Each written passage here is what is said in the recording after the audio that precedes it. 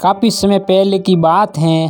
प्रतापगढ़ नामक एक राज्य था। वहाँ का राजा बहुत ही अच्छा था, मगर राजा को एक सुख नहीं था। वह ये कि उसके कोई भी संतान नहीं थी। वह चाहता था कि वह राज्य के अंदर किसी योग्य बच्चे को गोद ले, ताकि वह उस अधिकारी बन सके और आगे की बागडोर को सुचारू रूप से चला सके। और इसी को देखते हुए राजा ने राज्य में घोषणा करवा दी, सभी बच्चे राजमहल में एकत्रित हो जाए। ऐसा ही हुआ। राजा ने सभी बच्चों को पौधे लगाने के लिए भिन्न भिन्न प्रकार के बीज दिए और कहा कि अब हम 6 महीने के बाद मिलेंगे और देखेंगे किसका पौधा सबसे अच्छा होगा। महीना बीत जाने के बाद एक बच्चा ऐसा था जिसके गमले में वह बीज अभी तक नहीं फूटा, लेकिन वह रोज़ उसकी देखभाल करता था और रोज़ पौधे को पानी देता था।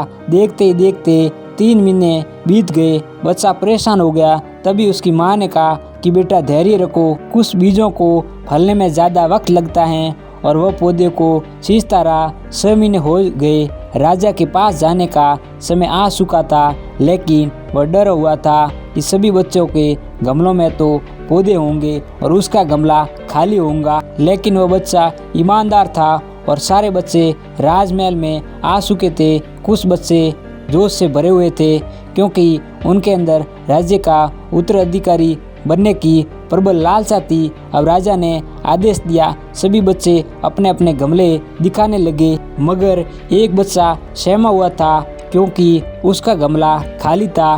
तभी राजा की नज़र उस गमले पर गई। उसने पूछा, तुम्हारा गमला तो खाली है? तो उसने कहा, लेकिन मैंने इस गमले की 6 महीने तक देखभाल की है। राजा उसकी ईमानदारी से खुश था कि उसका गमला खाली है, फिर भी वह हिम्मत करके यहाँ तो आ गया है। सभी बच्चे के गमले देखने के बाद राजा ने उस बच्चे को सभी के सामने बुलाया।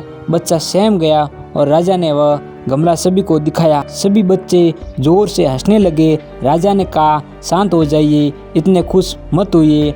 आप सभी के पास जो पौधे हैं वह सब बंजर हैं। आप चाहे कितने भी मेहनत कर ले, उनसे कुछ नहीं निकलेगा। लेकिन असली बीज यही था।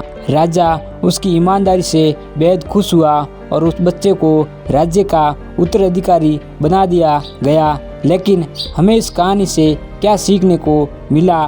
मेरे हिसाब से अपने अंदर ईमानदारी का होना बहुत ही ज़रूरी है। अगर हम खुद के साथ ईमानदार हैं तो जीवन के किसी न किसी पड़ाव में सफल हो ही जाएंगे, क्योंकि हमारी औकात हमें ये पता होती है। हम खुद को पागल बनाकर खुद का ही नुकसान करते हैं।